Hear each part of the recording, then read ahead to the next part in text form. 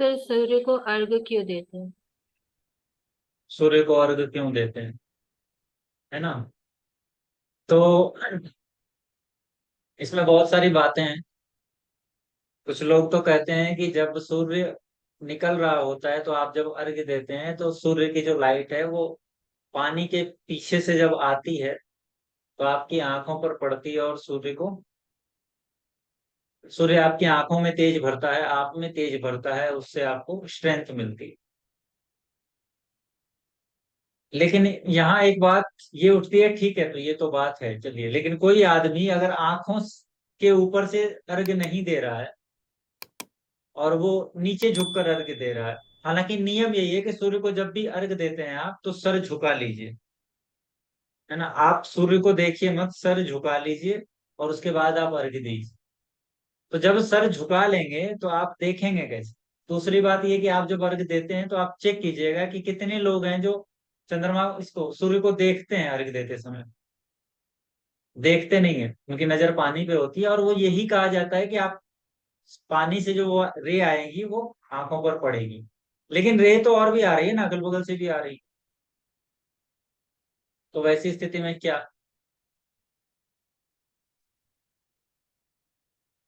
और सूर्य को स्ट्रेंथ करने का ये मामला है, तो जब मुझे एक बात नॉर्मल से सवाल पूछता हूँ कि अगर अग्नि को स्ट्रेंथ देना है, आपको कहीं आग लगी है और उस आग को मजबूत करना है, तो आप वैसे तत्व उसमें डालेंगे जो आग को भड़का दे, या फिर वो डालेंगे जो आग को बुझाने का। पानी डालने से थोड़ी आग भड़केगी बढ़ेगी।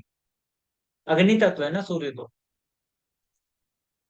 आप अगर जल का प्रयोग कर रहे हैं तो वो तो दो चीजें कॉन्ट्राडिक्टरी है।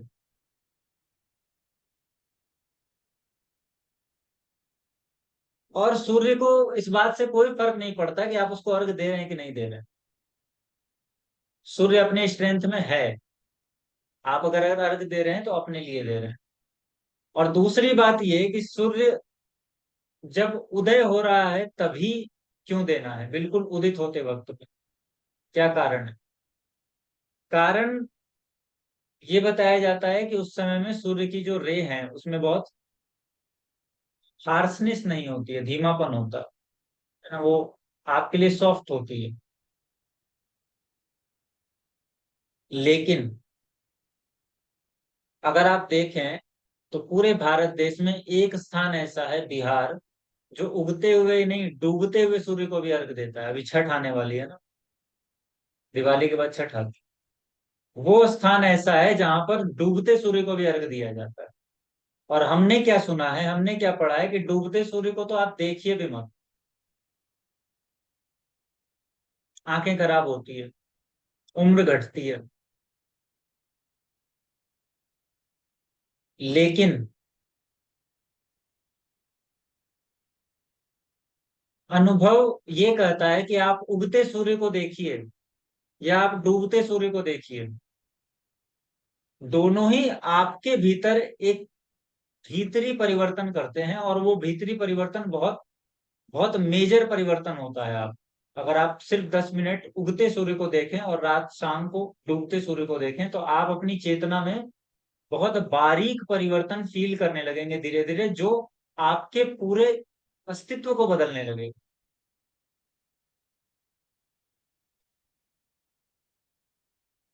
आपके भीतर जो भरोसा है, आपके भीतर जो सच्चाई है, आपके भीतर जो स्पिरिचुअलिटी है उसको बदलने लगेगा।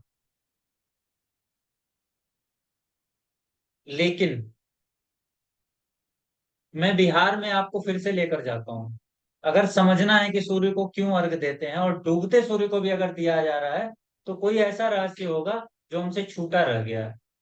वो सारी वैज्ञानिक बातें जो लोग बोलते हैं कि रे आएगी और, है ना, वो छन के आएगी और बिना छने आएगी, पानी से आएगी, वो सारी बातें ठीक है अपनी जगह, मैं किसी बात को काटूंगा नहीं। लेकिन अगर आप बिहार में चले जाएं या फिर आप उस स्थान में चले जाएं जिसको आप गांव कहते हैं, या आप जिसको पिछड़ा क्षेत्र कहते हैं, वहीं से इसका जवाब मिलेगा। जब भी हमारे यहाँ आपके घर में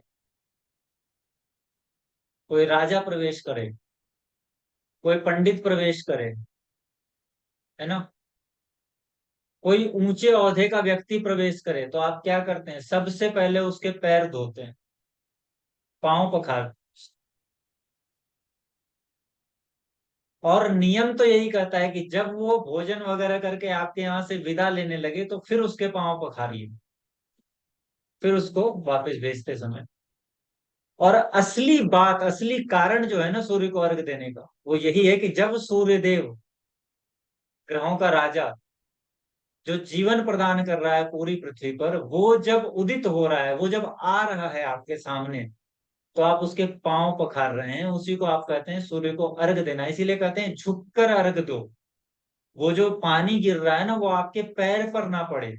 और आप उसको तुलसी वगैरह में भी मत डालिए। ये नियम है कि आप उस जल को तुलसी में मत डाल दीजिए, क्योंकि वो पांव पखारा हुआ है, आपने पैर धोए हैं। तो चाहे वो आप एक देवता के पैर धो रहे हैं, तो आप उसको दूसरे देवी या देवता के निकट उसको मत कीजिए। इसीलिए कहते हैं तुलसी में, केले में, है ना, पीपल में, इनमें वो जल नहीं जाना चाहिए, और आपके भी पैर नहीं लगने चाहिए, क्योंकि वो आपके लिए अमृत तुल्य हो गया।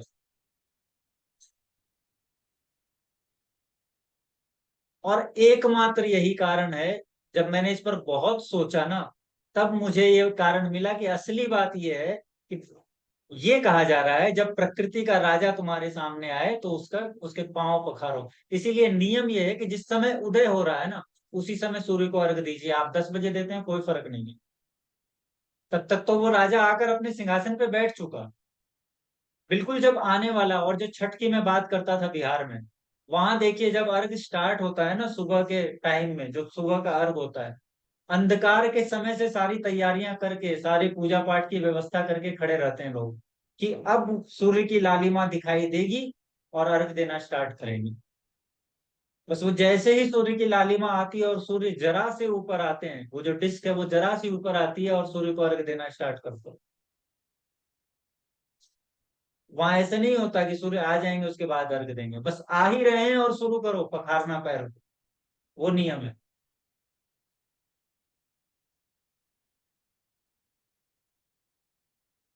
ये कारण है कि सूर्य को अर्घ क्यों दिया जाता है, आपका जो सवाल था उसका ये जवाब है। ये असली कारण है। और इसी तरीके से जब शाम को जब वो विदा ले रहे हैं, तो बिल्कुल विदा लेते समय आप उनका फिर से पैर पखार सकते हैं। और ये डेली किया जा सकता है, कोई जरूरी नहीं है व्यक्ति बिहार में जो है वही करेंगे। वहां से हमें इस बात की प्रेरणा मिलती है, वहां से इस बात का उत्तर मिलता है। लेकिन किया इसको कहीं से भी जा सकता है, पूरी पृथ्वी पर कोई भी कर सकता है। और इससे बेहतर रेमेडी कोई है नहीं सूर्य की, क्योंकि ये आपने संपूर्ण समर्पण कर दिया। हाँ, लेकिन जब भी सूर्य को अर्घ दें, ध्यान रखिए कि उसमें पैर ना पड़े, वो गंदे नाले वगैरह में ना जाए। बेहतर ये है कि आप मिट्टी का प्रयोग करें नीचे, ताकि वो जल, मिट्टी सोख ले, फिर वो धूप पड़ेगी तो फिर वो हवा हो जाए।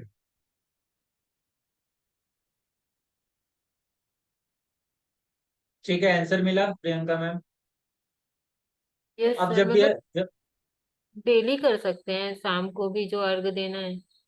बिल्कुल डेली कर सकते हैं आप, डेली सूर्य को देख सकते हैं, कोई दिक्कत नहीं है। शाम को देखिए, किसी की उम्र नहीं घटने वाली। नहीं सूर्य सर। देव, नहीं मेरी बात सुनिए, सूर्य देव को अर्घ दीजिए शाम को, या सूर्य देव को आप निहारिए शाम को, कोई फर्क नहीं पड़ता, कोई उम्र नहीं घटेगी। वो आयु के दाता हैं, वो आपको लॉन्जिविटी ही देंगे, वो आपको हेल्थ ही देंगे, कोई हेल्थ आपकी वो लेने वाले नहीं। मैंने तो आपको मेडिकल एस्ट्रोलॉजी में बताया था कि एक प्रयोग है, जिस प्रयोग के आधार पर अगर किसी व्यक्ति की आंखें थोड़ी बहुत खराब है तो सूर्य के सहारे उसको ठीक की जा सकती है।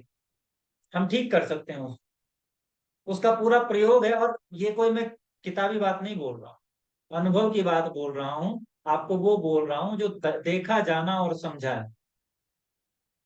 बिल्कुल किया जा सकता है। एक व्यक्ति का चश्मा अगर थोड़े से पावर का है तो उसको उतारा जा सकता है। हालांकि किया तो बड़े के लिए भी जा सकता है, लेकिन लंबा समय लगता है।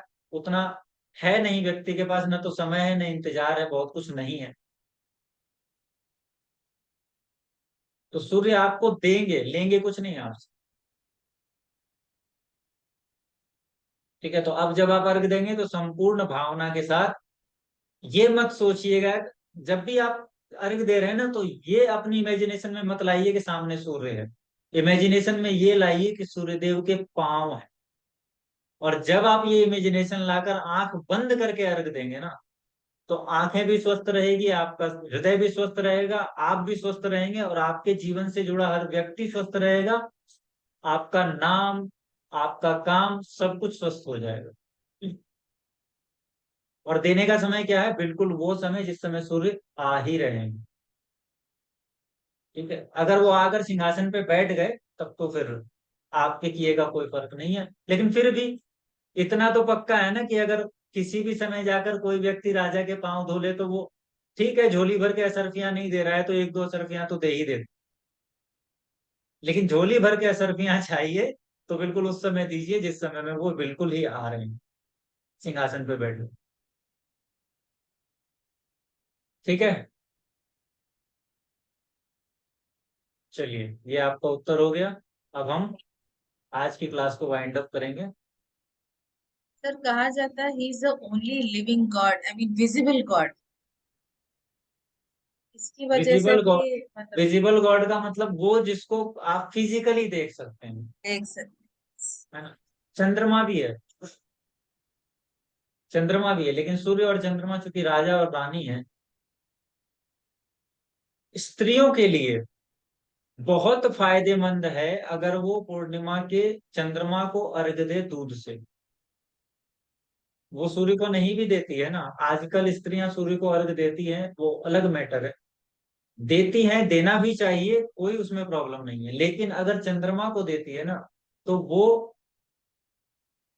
वो जो अर्घ है ना, जो चंद्रमा को दिया जा रहा है, वो स्त्री के स्त्रीत्व में निखार लाता है। वो स्त्री के लिए बहुत आवश्यक है। इसीलिए आप देखिए ना कि औरतों के जितने व्रत, जितने उपवास हैं, सब चंद्रमा के इर्द गिर्द घूमते नजर आएंगे आप। और सारे चंद्रमा शुक्ल पक्ष के चंद्रमा हैं। यानी कि वो जब वो विजिबल हो सके, तो चीजें जो हम कर रहे हैं ना, उसमें पूरी वैज्ञानिकता है, उसमें कुछ भी है नहीं। कुछ कुछ वैज्ञानिकता ऐसी है जो फिजिकल लेवल पर होती है, कुछ वैज्ञानिकता ऐसी है जो मेंटल लेवल पर होती है। सूर्य को अर्घ देना आपके मेंटल लेवल की वैज्ञानिकता है। और इसीलिए ये कहा जाता है कि सूर्य के अर्घ देने के समय आपको सूर्य नहीं दिख रहा है तो भी फर्क नहीं है, वो आ गए हैं ना, बस आप शुरू हो जाएगी। तो कोई जब मुझसे पूछते हैं ना कि सर हमारे घर से तो सूर्य दिखते ही नहीं है, मैं कहता हूँ कोई फर्क नहीं पड़ता, पूर्व दिशा का पता है ना, बस शुरू हो जाओ। देख लो घड़ी में कि इस समय सूर्य का उदय होने वाला है, उसके 2 मिनट 3 मिनट बाद बस आप दे सकते, क्योंकि 2-3 मिनट का ही समय लगेगा, वो डिस्क ऊपर आने लगेगी। चलिए, अब नेक्स्ट क्लास में मिलेंगे। सर आप ट्रांजिट का कोर्स कब कर रहे हैं? अभी तो मैम कोर्स ही कोर्स है, पहले वो निपटा लो, नेक्स्ट ओके। ईयर ही हो जाएगा। मुहूर्त भी सर? मुहूर्त का भी करूंगा। देखिए, बात यह है कि मुहूर्त वगैरह के लिए लोग तैयार नहीं है, बहुत ज्यादा लोग तैयार हो तब ना। ट्रांजिट ही पढ़ने के लिए लोग अगर तैयार हो तो फिर अच्छी बात है। बट आप तो इवनिंग में क्लासेस लेंगे सर। हाँ, इवनिंग में लूंगा। इवनिंग